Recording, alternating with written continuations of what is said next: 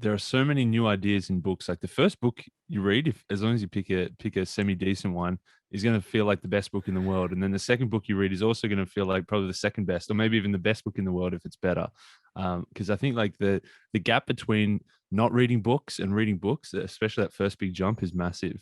And you'll start seeing places in your life, things that you've either done wrong in the past that you should have done differently, or an opportunity where this new advice or this new tactic that you've just learned can be used and applied.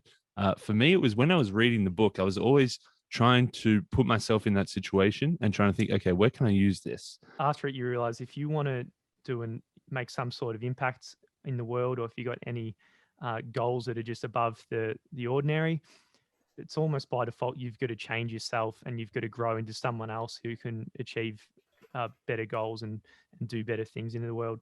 So I think for a lot of people it clicks, and you might read a book or you might be inspired by someone, and then you get it from there, learn how to grow. One part of the transformation journey is I think transformation is all about Jonesy and Ashto, Adam and Adam. Thank you for coming on my podcast, guys. Thank you for coming on the transformation journey. And well, today I want to talk to you. Well, I want to talk to you about the shit they never taught you, and I want to show it so that people listening can identify the cover, and if they see the book, then they can buy it. And actually, just fun fact here, I think this is the first interview I do in which I am talking with two people, so this will be interesting for me. Um, nice. and yeah, guys, so before getting into some lessons of the book and talking about many ideas, I would like you to give an introduction to yourselves. But people listening know that I prefer different introductions, and the introductions that I like are through stories. And so, what I would like you to do is to first, each of you, introduce yourselves, tell some stuff about who are you, but then tell how you guys met and how you created your project, how you created what you will learn. fantastic. All right, I might kick it off. So, my name's Adam Jones. So I'm an structural engineer as my day to day sort of profession. Uh, I was quite a different person, I'd say, about 7, 8 years ago. Before I discovered books, I was a pack a day smoker. Loved drinking, took party drugs. Was just a bit of the laugh at you sort of person at the party. But luckily, I discovered one book. It was called Alan Carr's Easy Way to Stop Smoking. And with that, not only did I quit smoking and it was easy, I actually enjoyed the whole process. And before reading that book, I thought, how the hell can a book do something that can change your life? And then without doubt, I was absolutely sold on it. And not only that, it was what, $25, $30 investment, 8 hours reading, and you get probably $1 million return plus an extra, say, 10 years of life living because of the health benefits. So I was sold on that, absolutely sold on reading. And just before that, I was working at a pub actually, and I met this big bloke come in one day. He was 6 foot. We'll go with 6'8". He's a big man, and it was my last day working at the pub and his first day working at the pub, and it was Adam Ashton. And so we, had a friendship starting there, but then it was a lot longer after that when we were both at university that he saw me sitting there reading with a book in my hand. It was How to Win Friends and Influence People. And he came up to me and said, "Hey, mate, what are you reading there? I read too." And from there, that's how we really met. And we are both sold on books at that stage, and we connected there. And from that, that's when we started doing, side projects and catching up weekly, and ended up one day starting What You Will Learn. So, Ashto might want to follow on from there. Well, we're both keen on projects. We're both keen on doing something outside of the normal realm, outside of what we're doing day to day. And we had a couple of attempts and a couple of failures. And then we went to a Tony Robbins conference, like a one-day conference. We got really hyped up. And that's when we were like, oh, okay, let's start a podcast. And I think like the next week we started it. And then we had the goal of doing 10 episodes, reading 10 books and making 10 podcast episodes. After about week 5 or 6, we're just like, oh, we'll just keep going. And then now it's been over 5 years and we haven't stopped doing a book each week for the podcast, and then wrote a book of our own. Yeah, really, it must have, the experience has certainly been amazing for you. And I think that you guys have learned a lot about, like, yeah, the books, but also the conversations, and then the experience also from the journey of creating a podcast and actually applying stuff. And I want to unpack some things here, but giving more context to people listening, I would like you to briefly explain what is the shit they never taught you. So the shit they never taught you covers 115 of the best books that we've ever come across. So through doing the podcast, we've both read over 300 books. We've reviewed, I'd say, over 250, and we always get asked, "What's the best thing you've ever learnt from books?" Which we're probably going to get into as well. And there's just too many different ideas we've covered. So yeah, so there's 115 books, the best books we've come across in one place. It spans across 32 different lessons in the book and across 9 parts. So the categories go from getting your shit together, which is part 1, through to your career journey, how to navigate a career, business and entrepreneurship, marketing, personal finance, history. We've got a part on non-wanker philosophy as well. So it covers a broad range of different topics. And all of them have the one thing in common, and that is that a lot of it was missed growing up in our traditional education system. Mm-hmm. And a lot of the time, all the lessons can only be found in books. And that's why we try to unpack it all with the shit they never taught you. Yeah, actually, when I received the book, I posted a picture of it, and in the other slide, I shared a quote, which is, I think, in the first page or in one of the first pages. And then you say how books are an undervalued asset, which really is totally true. Um, and the impact that they can really have. And with this book, you are sharing many things, and one of them is like the quality of reading. And here I have two main questions, or two main things I would like you to unpack. The first one is like, could you share what you think makes the quality of reading? And the other thing is like, how can people actually make reading your book an experience with great quality? Okay, I might take the first one. Quality of reading, I think probably comes in 2 parts. One is obviously the book has to be good with some new information, probably that you haven't discovered before. If you're learning something brand new for the first time, you're going to have a super high quality experience. At the same time, for me personally, anyway, I don't like it to be too long. If there's if there's a great idea, I'd like to get the idea with just the right amount of length and not like an extra 100 pages of fluff on top of it. We've read plenty of books that are 350-page books that could have done the job in 180 pages. That said, we've read some books that are 600-page books that we wish were 800-page books because we got to the end and wanted to learn more. So it's definitely not, there's no fixed length of what a good book should be, but I think a good book should be as long as it needs to be and not too much longer. But then the second part of the equation is actually then doing something with that information. It feels great to read something brand new and learn something brand new, but if it's even better if you can actually then put that into the real world, implement that into your life and do something about it. Yeah, and then in our book, we try to take that and apply it to the readers, because a lot of the people who go through our book, and not everyone's interested in marketing and philosophy and history. So a lot of the book might be redundant for someone for whatever part of their lives they find themselves in right now. So anyone who reads the book, we give them permission really to just read 10 out of the 32 lessons. And then we give you permission to go and mark it off on Goodreads and say you read this book.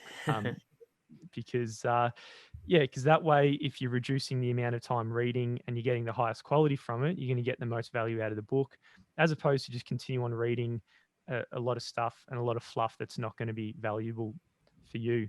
And who knows, in 5 years' time, you might not be interested in entrepreneurship now, but in 5 years' time, you might think, hey, how can I go and take a swing and really launch a project into the world that might be a successful business endeavor. Actually, one thing how I would like to discuss here is like the importance of actually applying books. In the introduction to yourselves, you mentioned how I don't remember if it was you, Ashto, but I think that you read like three books and you applied the three books and boom, your life completely changed. So how do you personally apply books and what's like the actual importance? Because I I was thinking that like there are, or at least that's how I approach it. There are books which are more focused on like developing the mindset to then sometimes subconsciously apply stuff, and others which actually require you deliberately taking action. But yeah, like what's your what are your main thoughts there? Yeah, we I guess at the start, there are so many new ideas in books. Like the first book you read, if as long as you pick a semi decent one, is going to feel like the best book in the world. And then the second book you read is also going to feel like probably the second best, or maybe even the best book in the world if it's better. Because I think like the gap between not reading books and reading books, especially that first big jump, is massive. And you'll start seeing places in your life, things that you've either done wrong in the past that you should have done differently, or an opportunity where this new advice or this new tactic that you've just learned can be used and applied. For me, it was when I was reading the book, I was always trying to put myself in that situation and trying to think, okay, where can I use this? So the first book I read was How to Win Friends and Influence People, and it was vitally important for me to learn that, because I guess I was committing a lot of the sins of personal relationships and building rapport that he says in the book that you shouldn't do. And so it's pretty easy for me to find a few simple ways where I could implement some of these techniques or some of these approaches to building relationships with people. So I did that in the workplace. I was in an internship. There was about 100 people fighting for about 8 to 10 spots. At the end of the year, those interns would then be offered a job or not be offered a job. So the advice and the ideas from How to Win Friends and Influence People really, I guess, set me apart from all the other interns who were doing things the quote unquote the normal way, whereas I was doing things the Dale Carnegie way with a different approach to it. So that was just one place where I was looking for it. The next place I was looking for it was I read Crush It by Gary Vaynerchuk. And I was just like, my eyes were open to this world of entrepreneurship and starting a business or trying a project, and then trying to find people that would connect with that. And so from there, I was having not really thought about it a whole lot before. It sort of sparked me into action to starting a new business. So that one book really was enough of motivation, and it gave me enough of the ideas to start my first business. And then the third book I read was around relationships, trying to pick up chicks. From an all boys school, I was pretty keen to talk to girls once I finished high school. And so I read a couple of books on how to pick up chicks. And I managed to make out with the first girl I met, basically. And then she became my girlfriend, and then she became my fiance. So that one book really, I guess, pretty much sorted all the relationships I needed for the rest of my life, because it was just a one and done situation. Yeah, and again, here we are talking about the real value of books and books being an undervalued asset. And you know, I want to actually talk about many of the subjects of these books. But before that, I would just like to share briefly what my story with books is. And so in 2018, I was getting into. So here in Mexico, we've got like elementary school, then secondary school, and then high school. And when I got into secondary school, we were supposed to read a book for Spanish class, a book of our choice. And my dad that summer had given me Elon Musk's biography.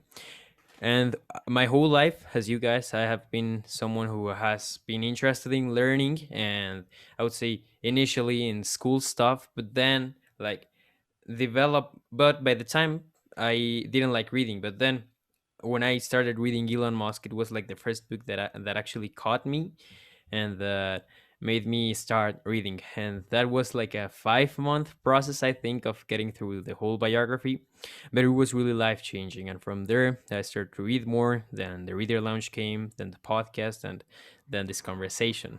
Um, but yeah, actually, I would like to start talking about communication, which is something you dedicate many chapters in the book to, like to communication, I would say. Yeah, with other people in a business and in all of that, but also like communication with people you love. And you mentioned like, yeah, with in our case with a woman, how to communicate and all that. And I would like you like to unpack some of the biggest lessons that you personally have applied into your lives that have helped you? You, Ashto, already talked a little bit about that, but I'm also interested in knowing Adam Jonesy perspective. Yeah, communication's so different in many contexts. Like we do cover it in the marketing context, reaching your potential customers' ear, through your personal context when you're just speaking with people. Also, we have a chapter on public speaking, which is another context. Another one I think was more recent would be the five. We cover the 5 different love languages. So it was a book originally by, I think it was Gary Chapman, and this is in the love context. So every person you come across, they've got this different love language that makes them feel connected and makes their emotional love tank more full. I think the 5, I'll try and reel off the 5 now. I might forget one, but you got physical touch, you've got gifts, you've got acts of service, so like helping them out with different things. You got words of affirmation. So there's just 4 of them, but if Quality you're time. quality time, Quality thanks, time. Ash. I know you'd fill me in there, but let's say if your love language is quality time and it's not the love language of your partner, you might be trying to fill up their love tank in a completely wrong way.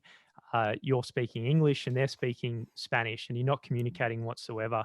So I think the common thread throughout all contexts of communication is just sitting in the listener's ears and seeing it from their perspective.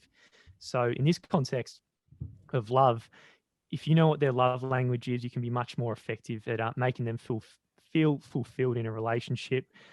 Because a relationship, it's if you're with someone for a very long time, it's a lot of time you're spending with them, more time than probably anyone you're ever going to spend time with. And I don't think we do learn how to actually manage and maintain those relationships to get the absolute most out of it.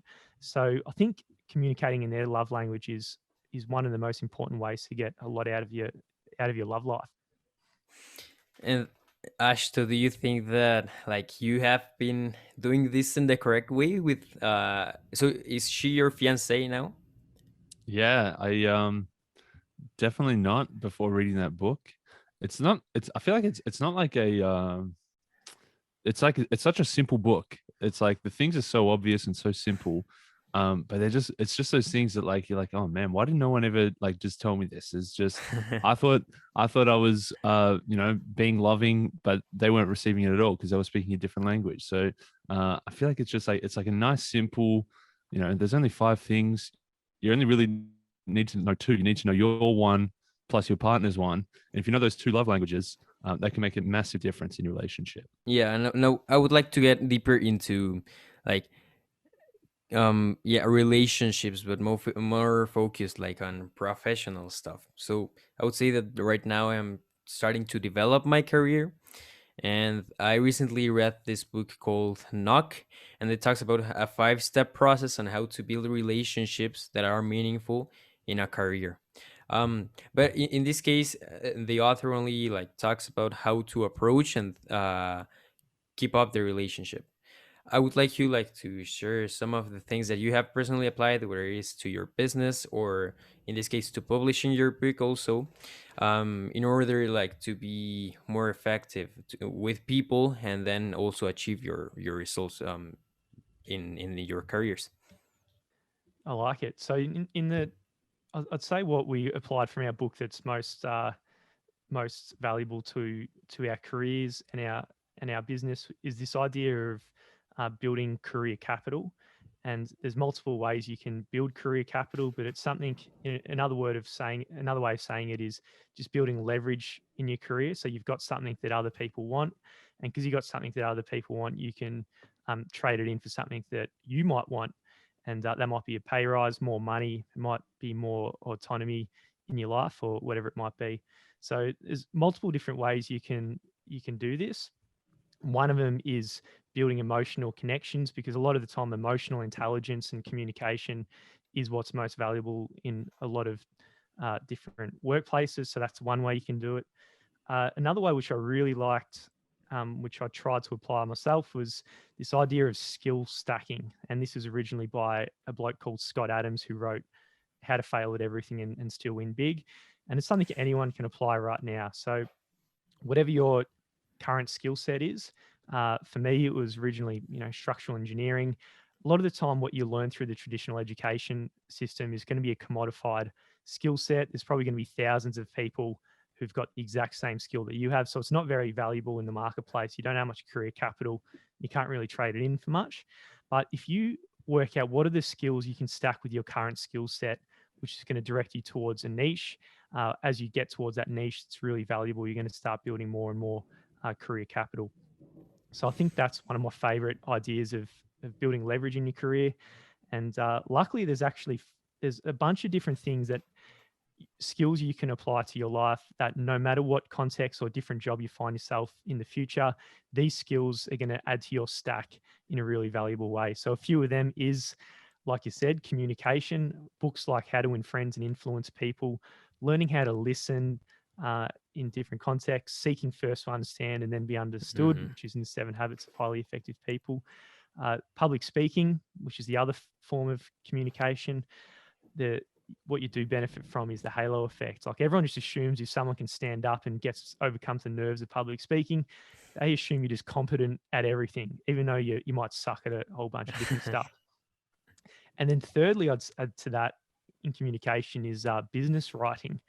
So learning how to actually communicate with pen to paper effectively in emails through, and just have that professional context and get rid of all your fluffy words that aren't necessary. It's going to make you look more like a weapon and build your skill stack so you got more leverage in your career.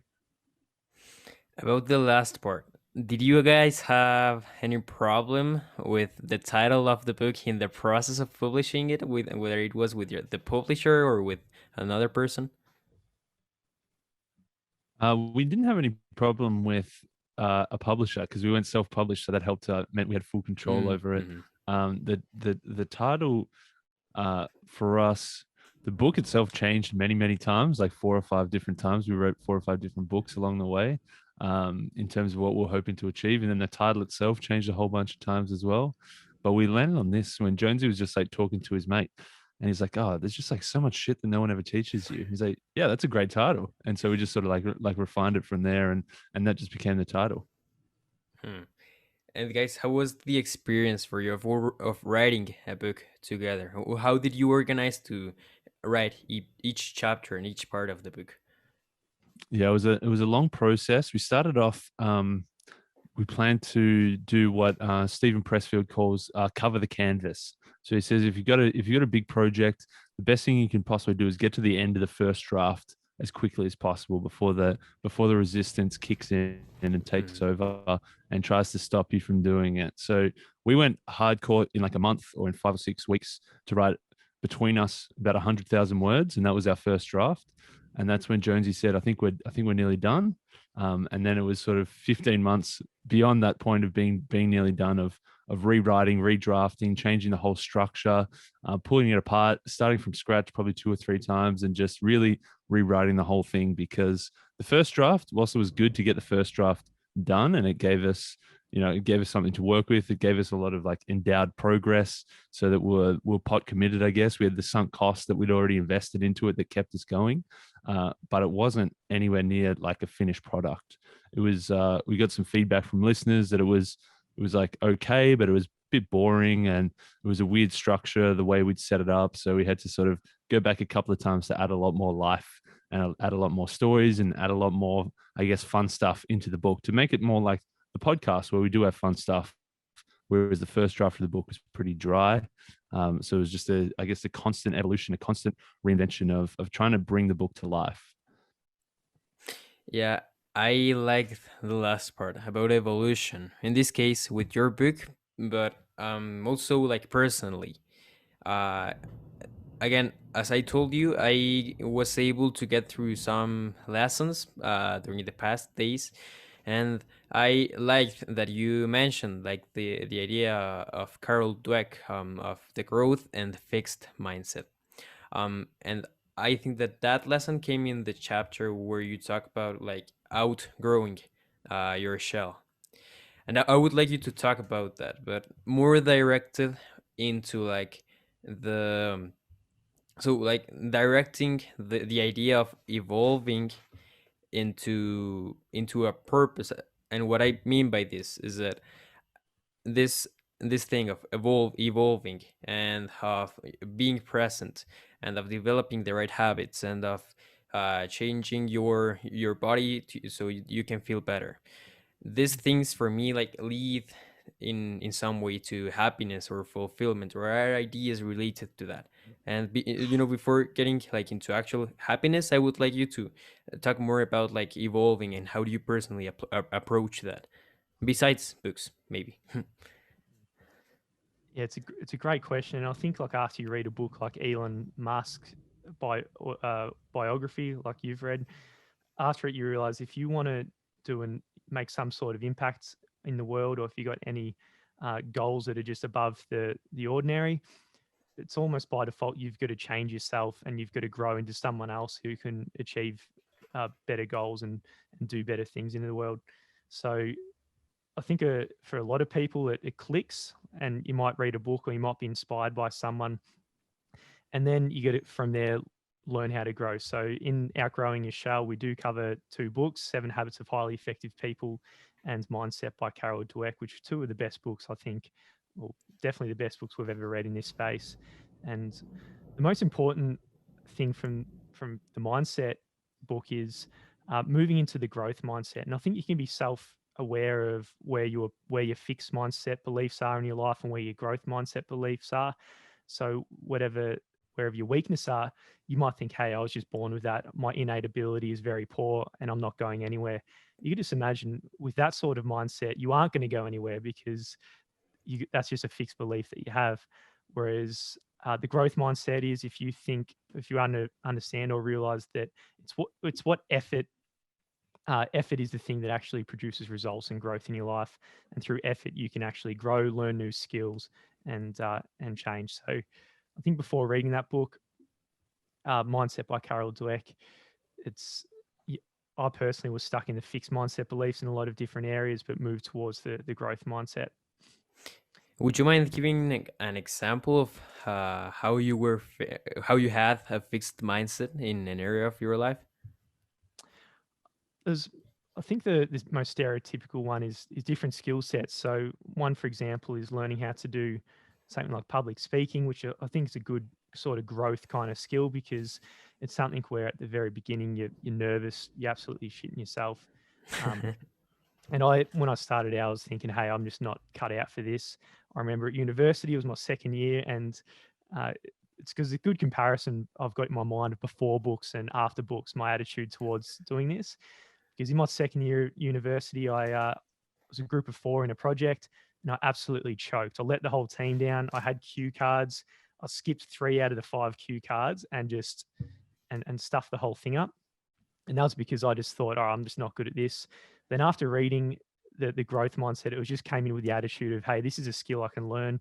And I remember practicing for about, I think it was probably 8 or 9 hours just for the one presentation, which wasn't very long. I just redid it. And I went in and I smashed it out. And everyone was like, wow, geez, that was an incredible presentation. So an engineering one in the 4th year.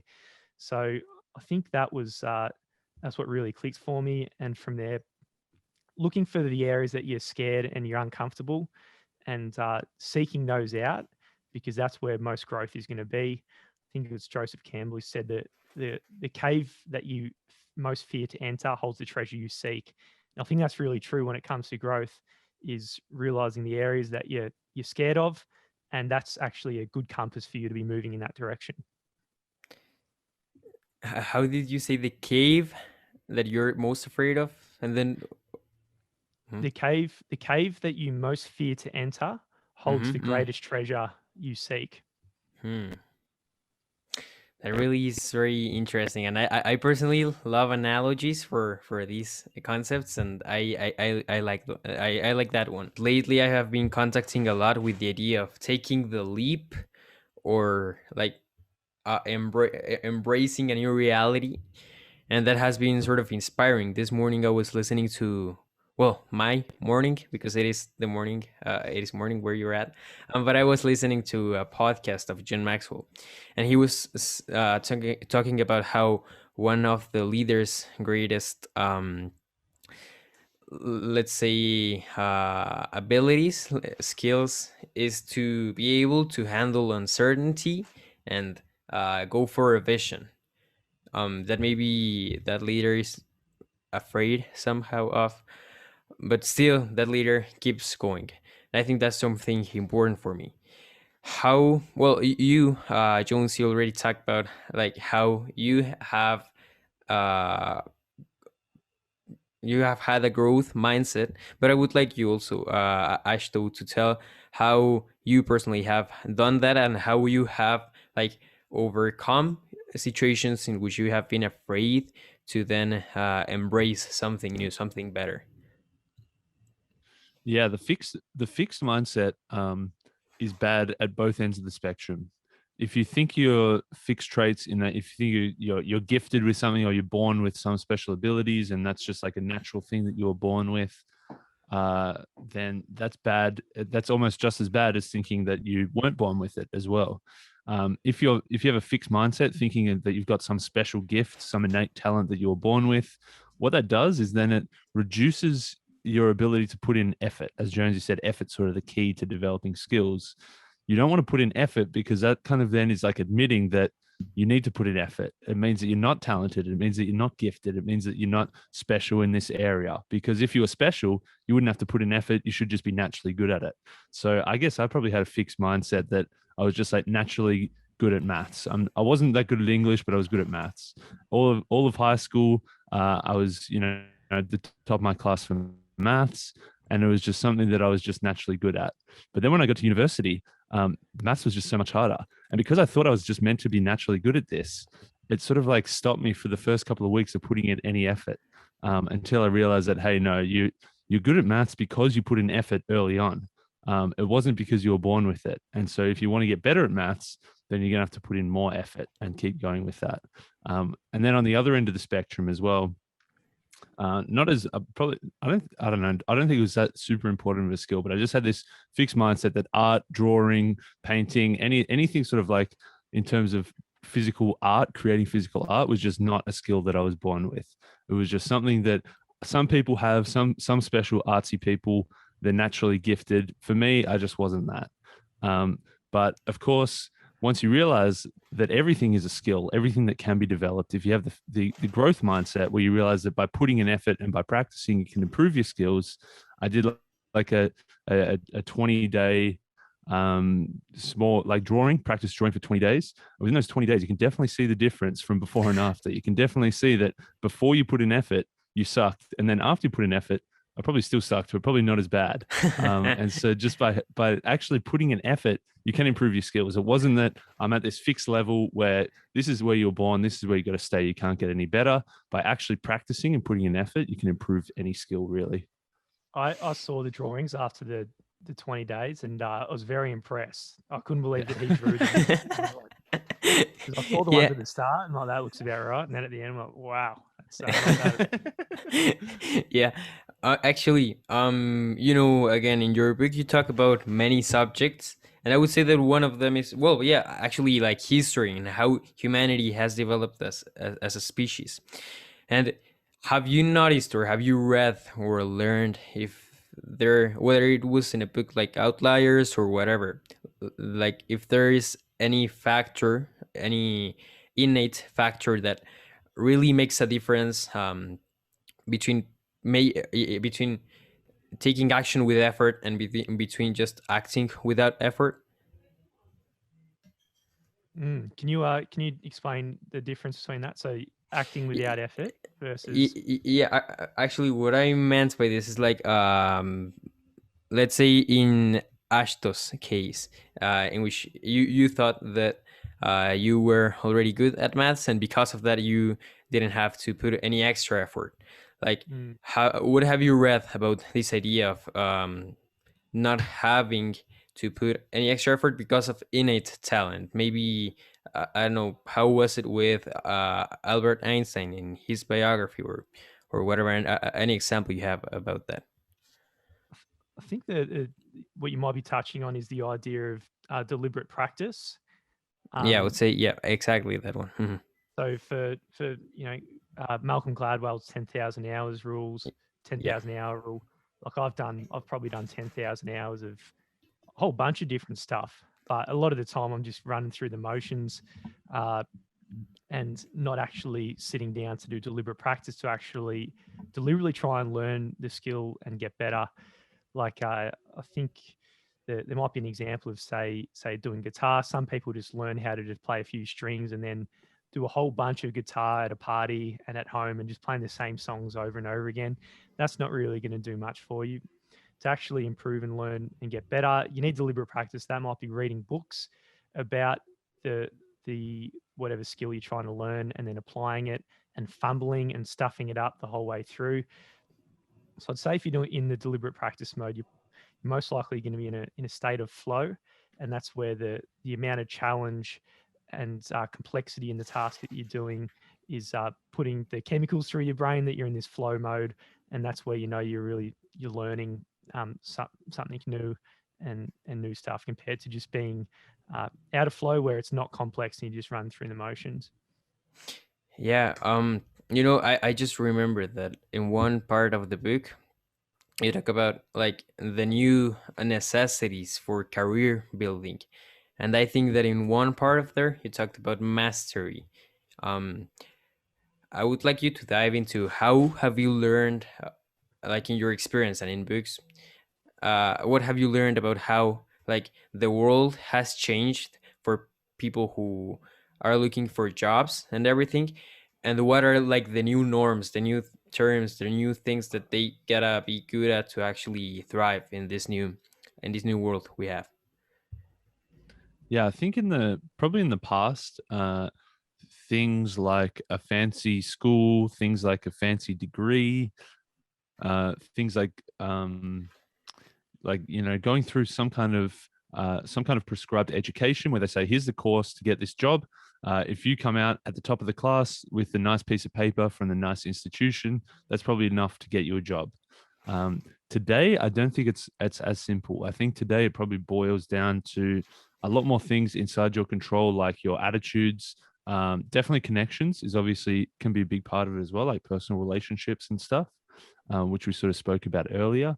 But also I think it's just like the similar, like what we're talking about, the effort, like the skills that you've developed. If you've stacked a whole bunch of skills together to become somebody who is a little bit more rare and valuable, a little bit more unique than other people, if you can bring something new to the table that isn't just, I studied hard and I read the textbooks and I passed the tests, I think that's more important. I think if you've got the attitude and the work ethic to want to work hard, and if you've got sort of a bit of a track record of maybe a couple of projects under your belt that you've done that most people wouldn't do, or if you've got some of those new skills under your belt that most people don't have, I think that's going to set you off on a much better path to getting a job. Yeah, spot on, Ashto. And in our book, we really covered two different paths that you can take, and they both have the common thread of the effort that you put through. But one of them is going narrow, and that's finding a niche and doing your Malcolm Gladwell sort of 10,000 hours, using grit, your perseverance, and your passion, and deliberate practice to get those skills. And you're really climbing the mountain quicker than anyone else in this niche territory. There's also this other way of going about your career, which sits a bit better, I think, with me and Ashto, our just natural style, and that's going wide. And that's where you're not just learning one skill and doing it better than everyone else. You're actually combining a whole range of different skill sets, and you're getting domain experience in different areas, and you're adding them together. So rather than just learning, I'll just use engineering as an example, but you might learn engineering, but then if you learn another skill like podcasting, which I've been able to do, then combining the two and doing an engineering podcast, you're getting closer and closer to a niche that not many other people are able to replicate.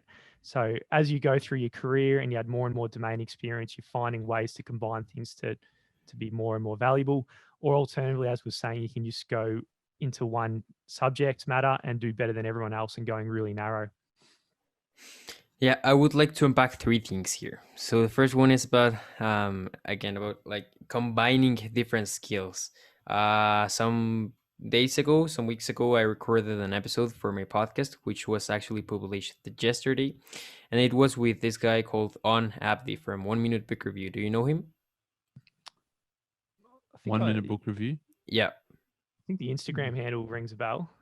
Yeah, I was talking with him for the podcast, and he was talking about how he focuses Oh, on hey, sorry, is that on Adwin? On Abdi, Abdi.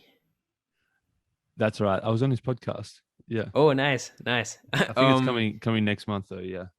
Oh, nice. Yeah. And so I was talking with him about how he focuses on combining skills that can make him stand out. And so that was the first thing, and I think that is something interesting and something important. The other thing is that like recently have been reading Deep Work by Cal Newport, and I know you guys have read that book. And as you know, in the beginning, he talks about how people who are like experts in their fields, or like who have the ability to work deeply in a subject, are some of the people who will thrive in the new economy. I would like to know your thoughts on there. So you, Jones, you already mentioned that, like, yeah, for you guys, it is like your style is more about going wide. But what do you think about this? How should someone also approach knowing if that person should go wide or to a niche?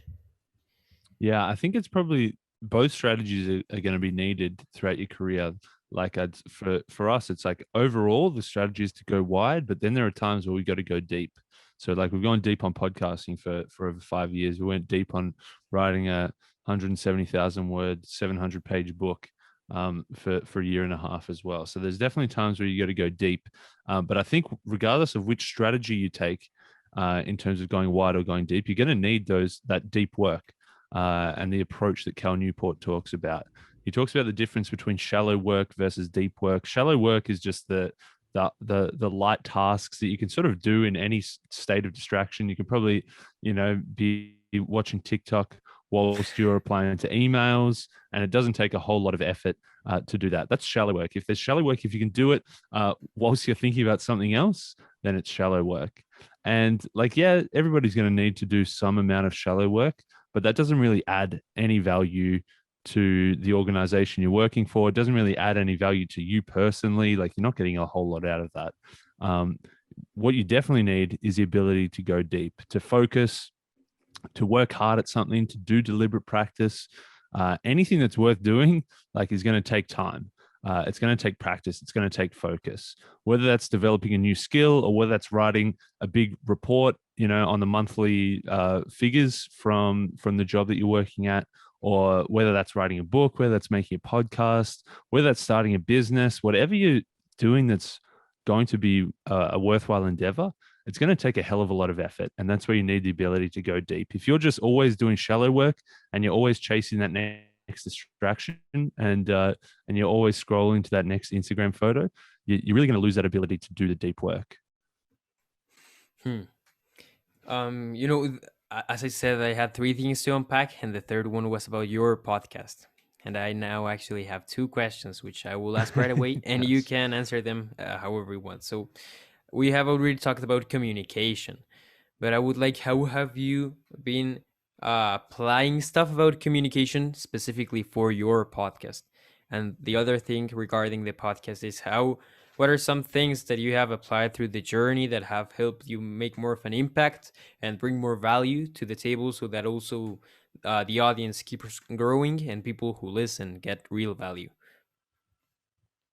Jones, you want to take the first one or the second one? I'll go with the second. It's just something that we haven't really touched on too much yet in this interview, and that's just the importance of habits, because you might deep work might be hard as a once-off, but you might apply it as a habit every day, and it's those habits that are going to actually make the difference. So for us, when we were writing the book, it might seem like a very big challenge to someone who hasn't written a book, but if you've got habits installed, then you can start actually achieving bigger and bigger goals. For us, similar thing with the podcast. The very start, the 10 episodes were a real grind, but now after 5 years, it's almost automatic. Reading a book a week or more than a book a week, we're both reading an hour or two a day. That's ingrained as a habit. So I think, yeah, no matter what you're trying to do, if you're trying to grow a business, it's I think focusing on your habits, consciously looking at what's in your life, what's bringing you down, and trying to eject that out and trying to replace it with something that is going to be more likely to help you do and achieve the goals and projects that you're looking to do. I'm glad you took the second one, because I'll take the first one. Thinking about the communication side of our podcast, it's definitely evolved over the 5 years. It started off as us talking about the best bits from the book. So it was almost like us discussing with each other what were the best things that we read. We went through pretty chronologically, like we started with the first page and then went through the last page and like picked out the best bits along the way as we went.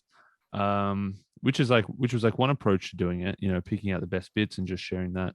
But then we sort of evolved now to a point of like not just saying to the listener, like, hey, here was our reading journey. We read this book and then here was the things that we learned, and try to just tell them what the answers were. It's more of a process of guiding them along their own journey of discovery as well. So the way that we set it up, we're consciously thinking about how do we get them intrigued? How do we get them curious to want to know, like set up a problem so that they want to know what the answer is going to be? And then also delivering that in a way with stories or with examples or with pop culture references that makes it stick. So rather than just saying, here's the answer, we actually give them, the whole process. We take them along the journey to learn and discover as they go. I think that with that and with this last part, we could get into like the content of books and how many times, at least from what I perceive and what I have experienced, books which I think that have unnecessary stuff are, are like that, because many times, from my perspective, that they have like too many stories or too many, we could say, analogies to. Yeah, what do you think makes a book have much more content than what it needs? Is it like the stories, or is it like the repetitiveness of a concept? It's a great question. I think we've gone a bit full circle on the idea of stories. I think originally we both thought they were just all fluff. It's got no, it doesn't add anything to the book. But I think over time in our podcasting journey, we've realized how important stories are. But making sure that stories are as short as and concise as possible to deliver what the important message is. Like one of our both of our favorite authors is Robert Greene, and all of his books are full of stories and anecdotes from historical references and everything like that. And his stories might be pages and pages long, which we absolutely love, but I think that's an outlier. I think most of the time, if we don't like a book, it's because they don't use stories in the right way.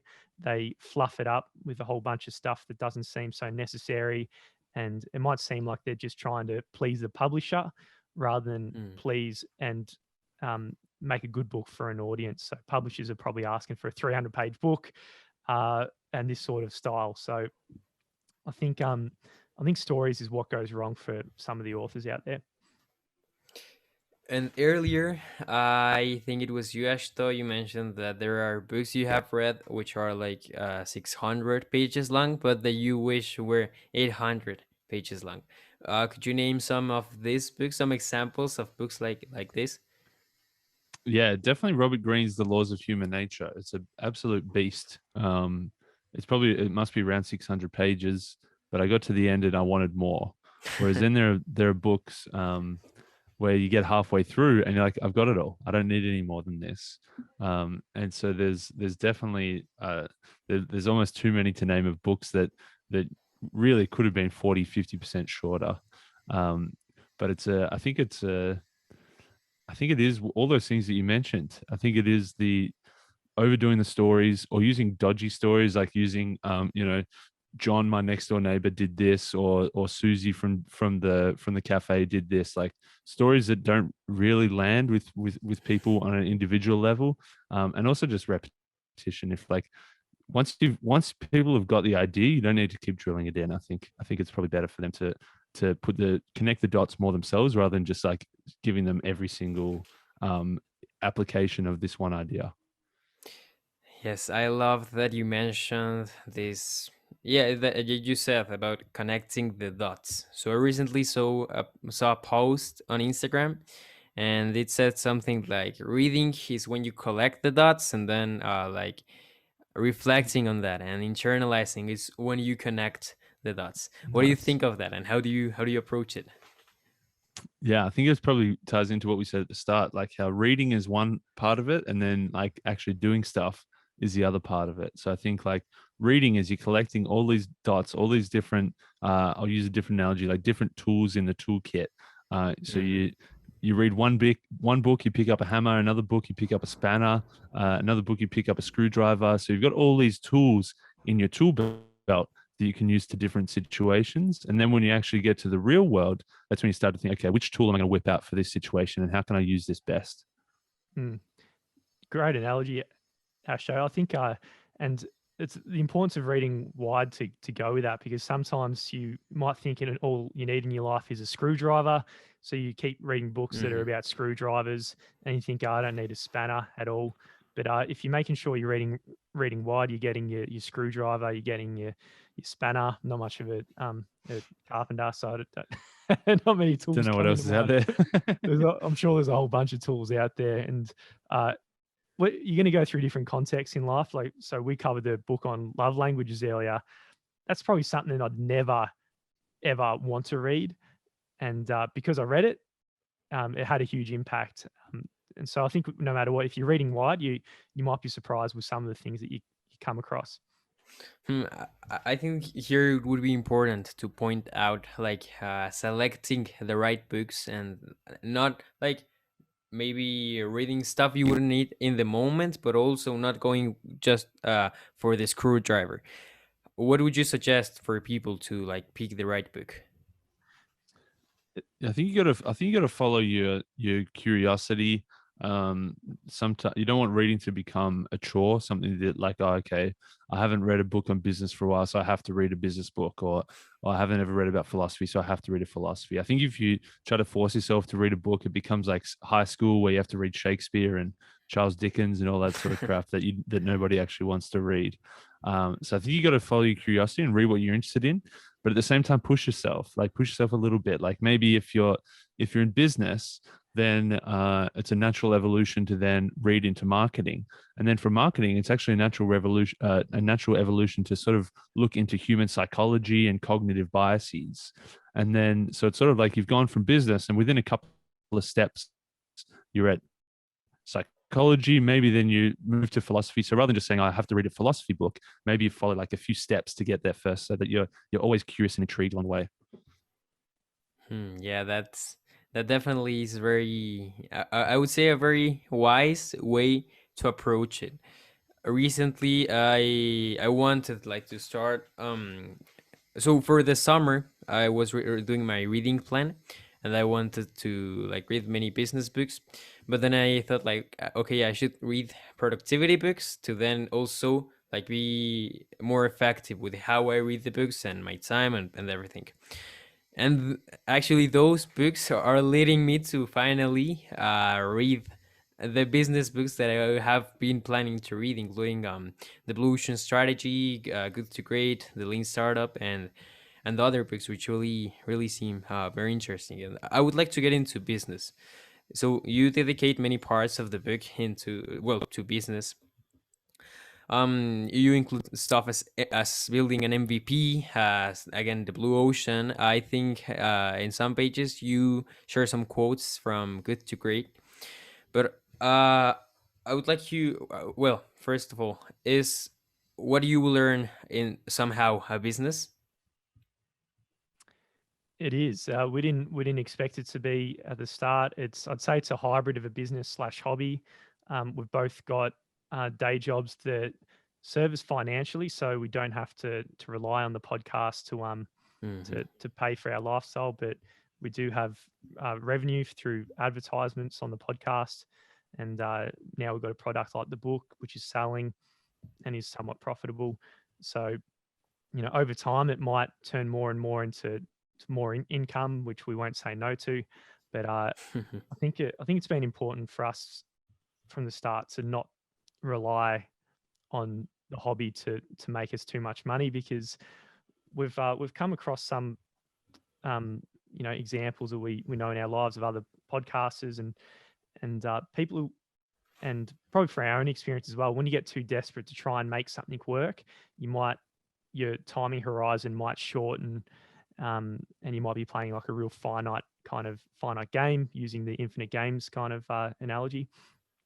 But yeah, if you're doing it as a form of play, then it's more of an infinite game, and you're probably paradoxically going to be more successful in doing in creating the art.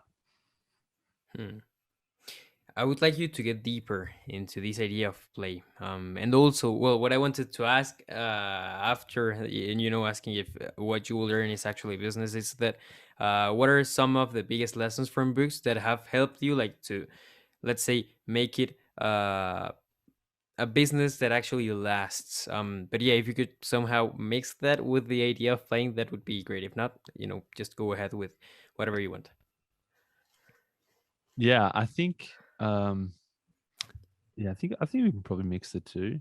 I think as Jonesy was sort of alluding to, like if you're too reliant on your side project or your hobby to be the main thing, you're going to put too much pressure on it. So it's like the idea of quit your job and start a business is one approach, and maybe that is like if it burn the boat strategy leaves you with no backup, you have to make it work.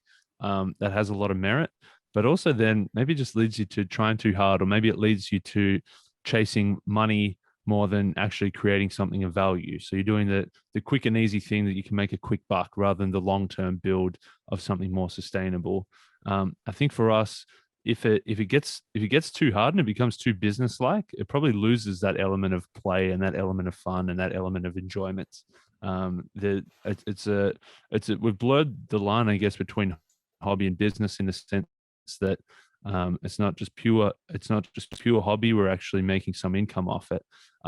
But if we went to full business and you lose that hobby element, you lose that element of fun and play and enjoyment, then I think we'd definitely be putting I guess a finite time horizon on it. As Jonesy said, we'd be putting a deadline on it. I think it would have an expiry date. Would you like to add anything to that, Jonesy? I'd probably just say this: podcasting is slightly different to other business contexts, I think. So in some businesses, play is probably not the thing that should be always the thing you go for. Like one book which you probably read is by Cal Newport, that if you follow your passion, if you quit your job to start a podcast to try and make a business out of that or something like that, it's not always the best strategy. So I think just understand the context of what you're doing. For us, it's a side hobby where we're learning a lot, we're reading a lot, and we're growing from it. And there's a big element of play. But then in our day-to-day lives, we've also got the element that is a work context where you're actually building your career and your skills, which isn't necessarily as fun as the podcasting side of things. So, so I'm just saying, probably be a bit careful using what we're talking about now, podcast as a business, and in applying it to someone who might be selling a product or doing something slightly different. Yeah, actually now Richard Branson comes to mind, and I would like to ask you, so probably you have read more of his books than I have. I have only read one. But what do you think of somebody like him who does seem to have fun doing business? I think that's perfect. And I think Jonesy loves Elon Musk so much, but I think Branson's overtaken him now that he's actually gone into space. I reckon Branson's got one up on him now. Musk is I don't think so. I think it's not even a debate anymore. I think Branson wins.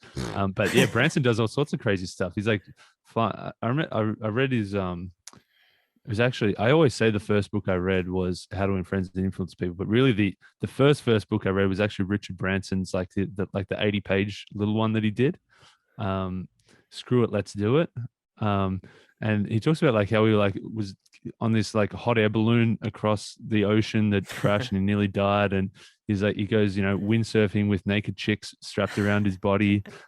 He dresses up as women to launch his airline. So he definitely has a lot of fun with it. I think that it probably ties into his his brand and his character. You've got the nerdy, almost robot like Elon Musk, and then you've got like the fun loving, more relatable Richard Branson, which is sort of his brand.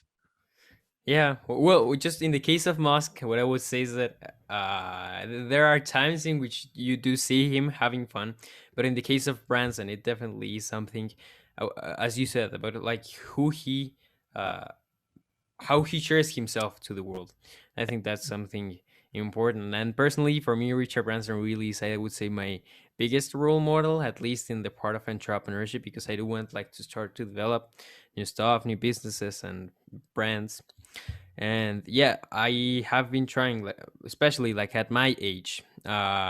Sometimes I have this conflict in my head, if I should like stop reading that much, and focus more on just hanging out with my friends or whatever.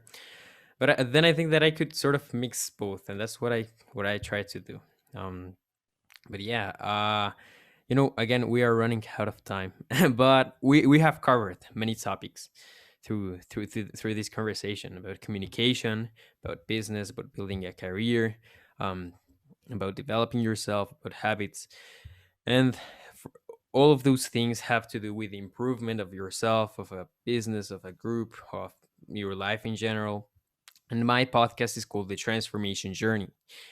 The final question that I always ask to my guests is, how do you define and approach transformation in your personal lives? Got a we've kind of covered it a little bit, but I think transformation is all about understanding where you're uncomfortable and not shying away from it, and trying to find as many of those situations where your stomach's feeling a little bit nervous and uneasy, and reframing that in your mind as something positive that's going to lead to growth, as opposed to something that's negative and should be avoided. I think, Emiliano, there's no question that you're transforming by doing this at a young age, by reading books and then doing a podcast, and then by even just thinking about creating a business or creating brands. I think that they're all part of the transformation journey. I think one part of the transformation journey is reading and learning and building your skills, and then obviously the other part of it is actually doing something with. And I think you transform a lot more from actually doing. So like by actually making a podcast or by actually trying to start a business, you transform so much. Even if it doesn't work, you transform. Even if it crashes and burns, you've at least got that experience and you've developed that next skill, that real world skill that you can be even better next time. Yes, you definitely do. You keep growing. And well, guys, is there anything else you would like to add? Some final thoughts, and also where can people find you? You can find us at, but yeah, no, it's been a real pleasure chatting to you. We enjoyed your reaching out on Instagram. You got a killer page. Thanks. But for our website, it's whatyoulearn.com. And from there, you'll find links to iTunes, Spotify, or wherever all the podcast players where you can listen to us. So each week we go through the best bits of a new book and package it up into a 30-minute, entertaining episode. And also on our website, you will also find our book, The Shit They Never Taught You. And we've got 115 of the best books put in one place, spanning across 32 different lessons. So there'll be definitely something for everybody within our book. Well, excellent. Really. Oh, is there anything you would like to add, Ashto? That's it, mate. Just thanks so much, and keep reading, man, and keep transforming.